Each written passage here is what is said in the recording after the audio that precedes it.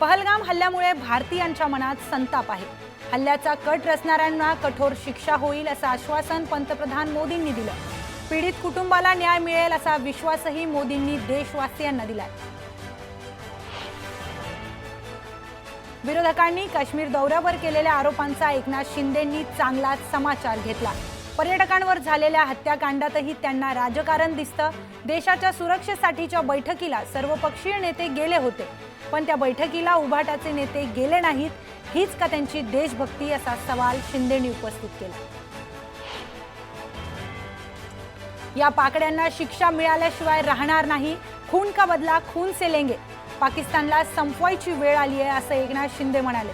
आता आरपारची लढाई असली पाहिजे। महाराष्ट्रातील पाकिस्तानी लोकांनी तातडीने चालते व्हा असा इशारा एकनाथ शिंदेंनी दिला। पहलगाम हल्ल्यानंतर पाकिस्तानी नागरिकांना भारत सोडण्याच्या आदेशाचा आज शेवटचा दिवस आहे। त्यामुळे महाराष्ट्रासह इतर राज्यांमधून पाकिस्तानी नागरिक अटारी बॉर्डरवर दाखल झालेत।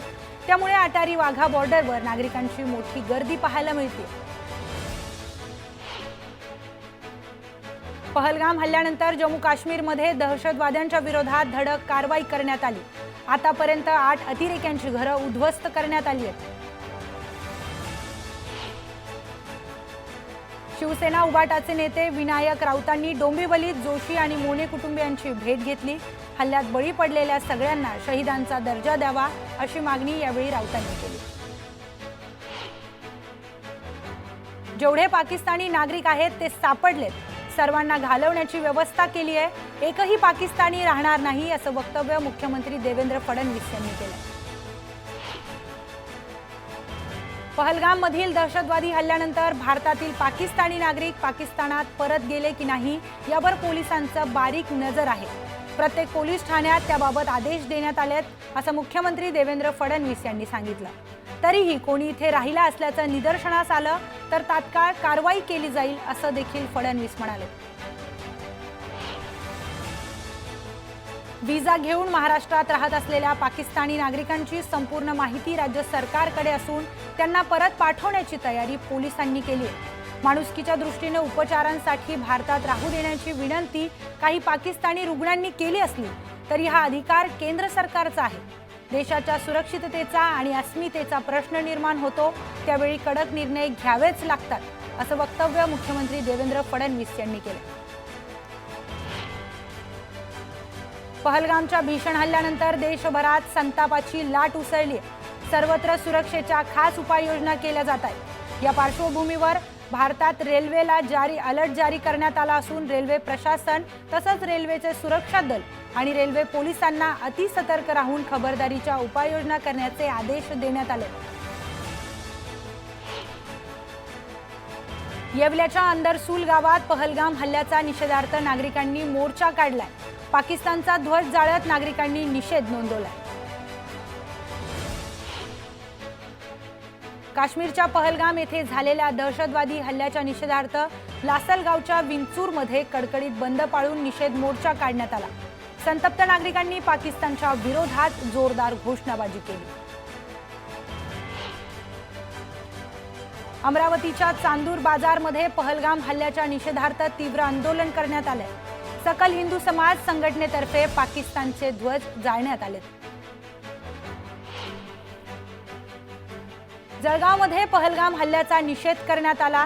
यावेळी मृत पर्यटकांना श्रद्धांजली वाहण्यात आली आहे। दरम्यान मोठ्या संख्येने नागरिकांनी पहलगाम हल्ल्याचा निषेध केलाय। गोंदियामध्ये पहलगाम हल्ल्याचा निषेध करण्यात आलाय। यावेळी 15 मिनिटं लाईट बंद करत अनोख्या पद्धतीने हा निषेध नोंदवण्यात आला। एसन्शी म्हणजे इसेन्शियल। एकनाथ शिंदेंची महाराष्ट्राला गरज आहे। ते सोन्याचा चमचा घेऊन जन्माला आलेले नाही। महाराष्ट्राच्या जनतेसाठी सोन्याचे दिवस आणण्याचं काम एकनाथ शिंदे करतोय असं म्हणत उपमुख्यमंत्री एकनाथ शिंदेंनी विरोधकांवर निशाणा साधलाय। लोक एकनाथ शिंदेकडे का येतात त्याचं आत्मचिंतन करण्याची गरज आहे असंही शिंदे म्हणाले।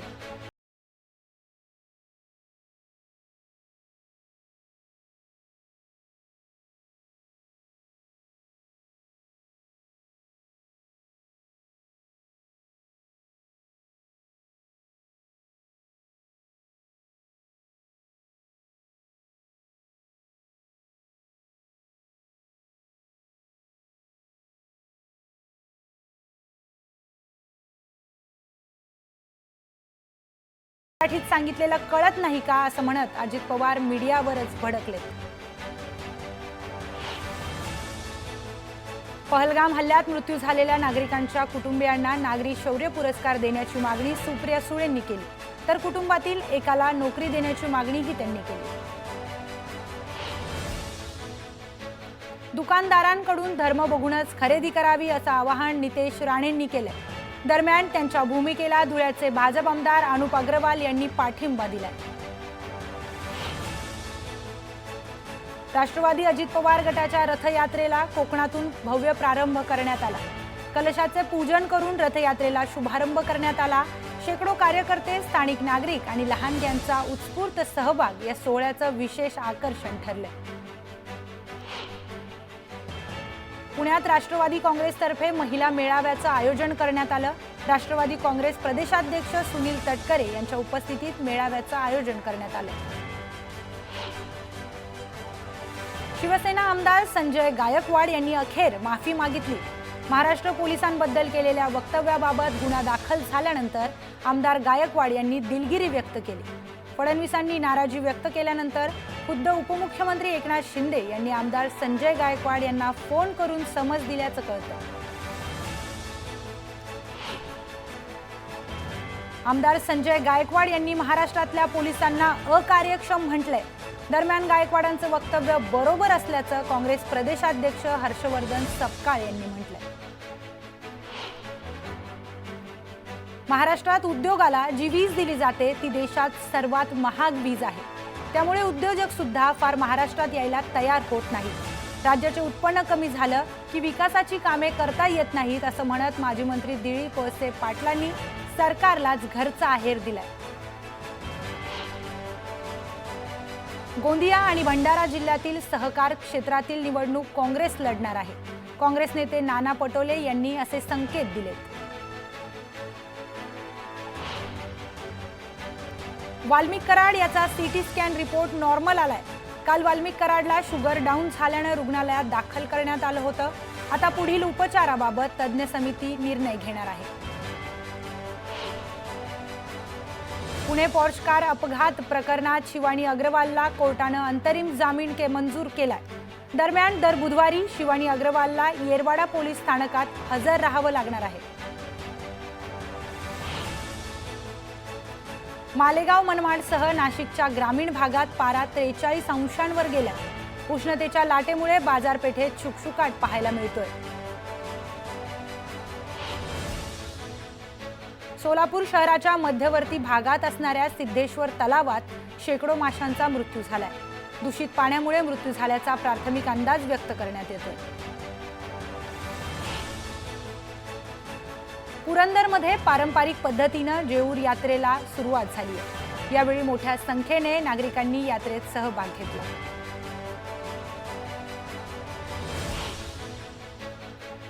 जळगावात नूतन मराठा महाविद्यालयाच्या आवारात एका तरुणाने गळफास घेऊन आत्महत्या केली आहे। प्रेमभंगातून आत्महत्या केल्याची माहिती तुर्तास समोर येते। गडचिरोली अहेरीत आदिवासी विकास मंत्र्यांच्या उपस्थितीत आदिवासी नागरिकांना शेतीचं साहित्य वाटप करण्यात आलं। दरम्यान प्रशिक्षित उमेदवारांना धनादेशाचंही वाटप करण्यात आलं। सोलापूर कृषी उत्पन्न बाजार समिती निवडणूक मतदानाच्या वेळी 2 गटात वाद झाला। सोलापुरातील निंबर्गी मतदान केंद्रावर स्पर्धक उमेदवारांमध्ये शाब्दिक बाचाबाची झाली। पोलिसांनी तात्काळ मध्यस्थी करत हा वाद मिटवला। नागपुरात बारमध्ये 2 ग्राहकांमध्ये जोरदार राडा झाला। यात अर्जुन कारला यांनी लोखंडी रॉडने जोरदार मारहाण केल्याचं, त्यांच्या डोक्याला 15 टाके पडले।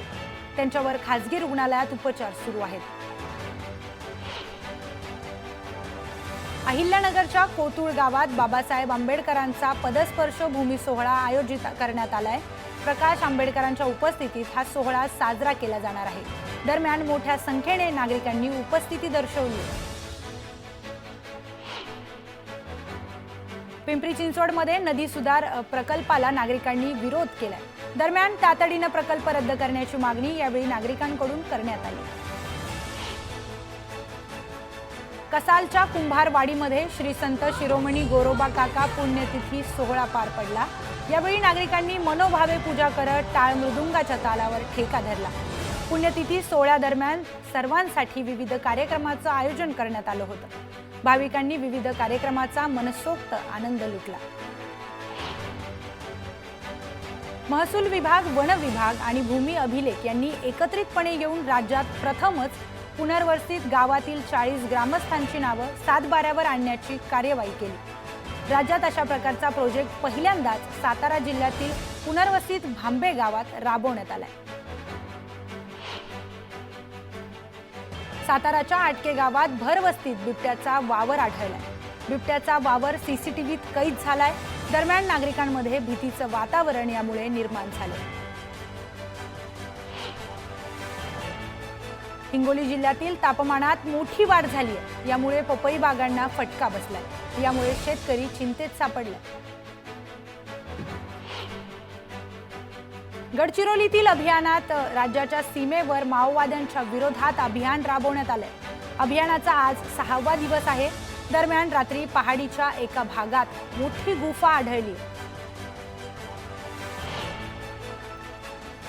डिंभे धरणातील आमचे हक्काचे पाणी आम्हाला ठेवा आणि उरलेले पाणी घेऊन जा, असं वक्तव्य माजी सहकार मंत्री दिलीप वळसे पाटलांनी केले।